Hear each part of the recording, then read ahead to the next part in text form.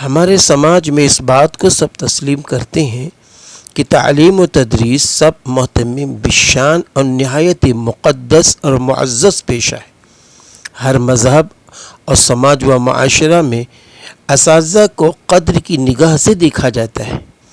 اپنے اساتذہ کی بغیر کسی فرق ذات و مذہب لوگ عزت کرتے ہیں، کیونکہ سماج و معاشرے میں جو کچھ بھلائیاں اور نیکیاں پائی جاتی ہیں اور سوشل ورک اور انسانی و سماجی خدمت کا جو سر و سامان اور بنیاد ہے، وہ سب دراصل تعلیم و تربیت ہی کا کرشمہ ہے، اور علمی مراکز اور درسگاہیں ان کا اصل سرچشمہ ہے۔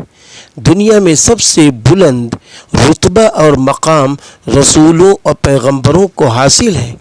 سارے رسول اور پیغمبر اپنی امت کے لیے رسول کی حیثیت کے ساتھ ساتھ معلم کی حیثیت بھی رکھتے تھے۔ وہ انسانیت کے معلم و مربی بھی تھے۔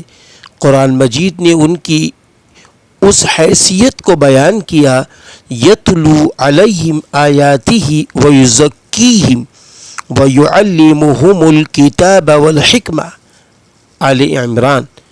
آپ صلی اللہ علیہ وسلم نے اپنے سلسلے میں منصب رسالت و نبوت کے ساتھ جس حیثیت کو بہت زیادہ نمایاں فرمایا وہ یہ کہ آپ امت کے لیے معلم اور استاد کی حیثیت ہیں۔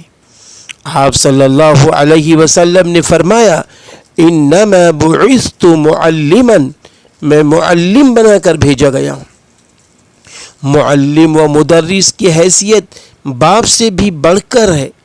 باپ اولاد کے لیے دنیا میں آنے کا ذریعہ اور واسطہ ہے، جبکہ استاد بچے کو دنیا برتنے، اچھا انسان اور اچھا شہری بننے اور رب کی معرفت جاننے اور خدا کو راضی کرنے کا ذریعہ اور واسطہ بنتے ہیں۔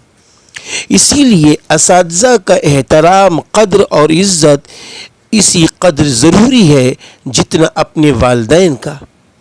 روایت میں آتا ہے کہ مشہور صحابی علم و تفسیر و حدیث کے سمندر اور حدیث کی نقل و روایت و فہم و درایت میں اعلی مقام رکھنے والے حضرت عبداللہ بن عباس رضی اللہ عنہما اس قدر بلند و بالا مقام رکھنے کے باوجود حضرت زید بن ثابت انصاری رضی اللہ عنہ کی سواری کی رکاب تھام لیتے اور کہتے کہ ہمیں اہل علم کے ساتھ اسی طرح سلوک اور برتاؤ کرنے کا حکم دیا گیا۔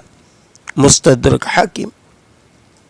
ہمارے بہت سے اسلاف اور اکابر کے بارے میں ان کی سیرت و سوانح لکھنے والوں نے لکھا ہے کہ وہ اپنے اساتذہ کا احترام اس قدر کرتے کہ ان کے گھر کی طرف پیر کر کے سوتے نہیں تھے کہ کہیں بے ادبی نہ ہو جائے، اور جب سفر سے واپس ہوتے تھے والدین سے پہلے اساتذہ سے ملنے ان کے گھر پہنچتے، دعائیں لیتے، اور اگر حیثیت اور گنجائش ہوتی تو ضرور ان کو ہدیہ و تحفہ اور اکرامیہ سے نوازتے۔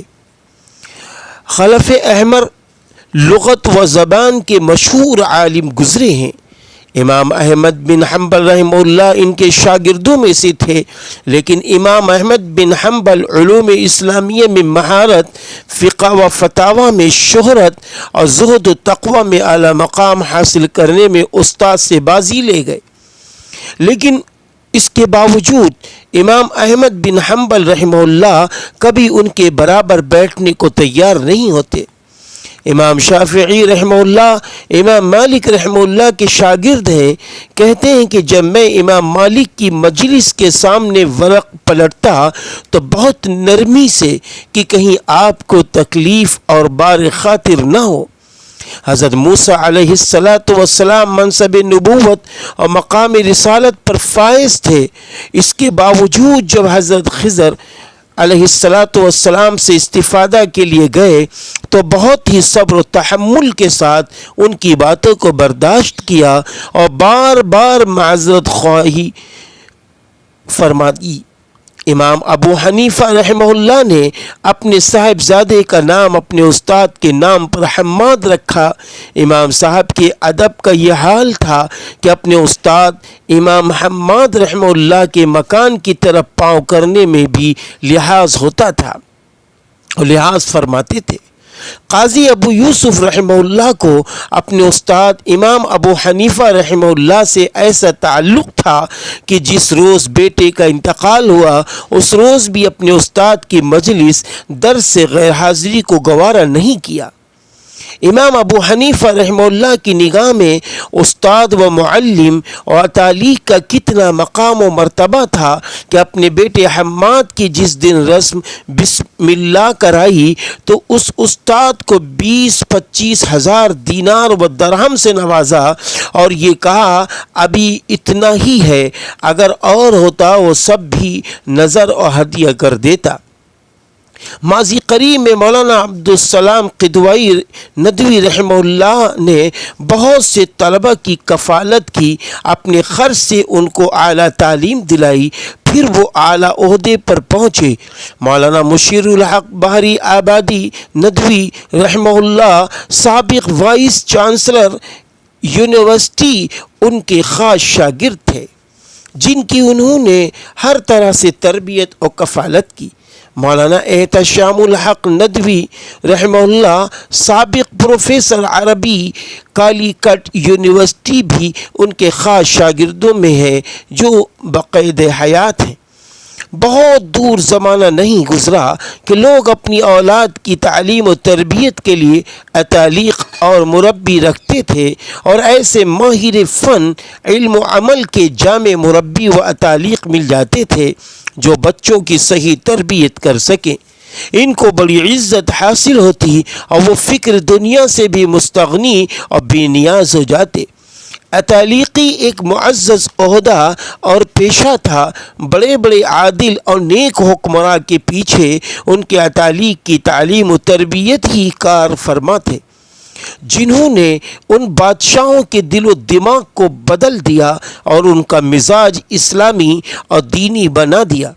اس زمانے میں اساتذہ علم و عمل، اخلاق و کردار، ادب و احترام کے اعلیٰ مقام پر فائز ہوتے، طلباء کے حق میں، اسٹوڈنٹ کے حق میں مخلص ہوتے، ان سے دنیاوی کوئی لالچ نہیں رکھتے، اشراف نفس سے بھی بچتے، اس کو حرام و ناجائز سمجھتے، طلباء کی پریشانی اور دقت کو اپنی پریشانی سمجھتے، اور ایک بڑی تعداد ایسے اساتذہ کی تھی جو تعلیم کے ساتھ اپنی طرف سے ان کی مالی کفالت بھی کرتے تھے۔ امام یوسف رحمہ اللہ کی تعلیم و تربیت کے سارے اخراجات امام ابو حنیفہ رحمہ اللہ نے برداشت کیے، کیونکہ ان کے والد غریب تھے، دھوبی کا کام کرتے تھے۔ سلف صالحین کو اپنے شاگردوں سے ایسی محبت ہوتی تھی کہ ان کے نجی دشواریوں کو بھی حل کرتے تھے۔ امام شافعی رحمہ اللہ یتیم و غریب طالب علم تھے۔ امام مالک رحمہ اللہ نے اپنے اس ہونہار شاگرد کو خود اپنا مہمان بنایا اور جب تک مدینے میں رہے ان کی کفالت کرتے رہے۔ پھر جب وہ حصول علم کی خاطر کوفہ کی جانب جانے لگے تو سواری و سفر خرچ کا انتظام اپنے جیب خاص سے کیا اور نہایت محبت سے رخصت کیا۔ جب امام شافعی رحمہ اللہ امام محمد رحمہ اللہ کے حلقے درس میں آئے تو امام محمد رحمہ اللہ نے ان کی یتیمی اور غریبی کا بے حد خیال رکھا، بلکہ بھرپور تعاون کیا۔ معمولی اور بوسیدہ کپڑا پہن کر آئے تھے، ان کو قیمتی جوڑے دیے اور جب استفادہ کر کے جانے لگے تو 1000 درہم ہدیہ دیا۔ ہمارے اسلاف طلبہ کا کس قدر خیال رکھتے تھے اور ان سے کس قدر محبت کرتے تھے، اس کا اندازہ حضرت عبداللہ بن عباس رضی اللہ عنہما کے اس جملے سے لگایا جا سکتا ہے۔ وہ اپنے شاگردوں کی نسبت فرمایا کرتے تھے، اگر ان پر ایک مکھی بھی بیٹھ جاتی ہے تو مجھے تکلیف ہوتی ہے۔ لیکن افسوس کہ یہ روایات ماضی کی، یہ تاریخ اور نقوش سب مٹتے جا رہے ہیں۔ اساتذہ و طلبہ کے درمیان محبت و شفقت اور احترام و عقیدت کا جذبہ مفقود ہوتا جا رہا ہے۔ جس کی وجہ سے علم کی روح ختم ہوتی جا رہی ہے، اس کی برکت مٹتی جا رہی ہے، اور بے احترامی اور بے ادبی کی وجہ سے اساتذہ سے جو فیض حاصل ہونا چاہیے وہ ختم ہوتا جا رہا ہے۔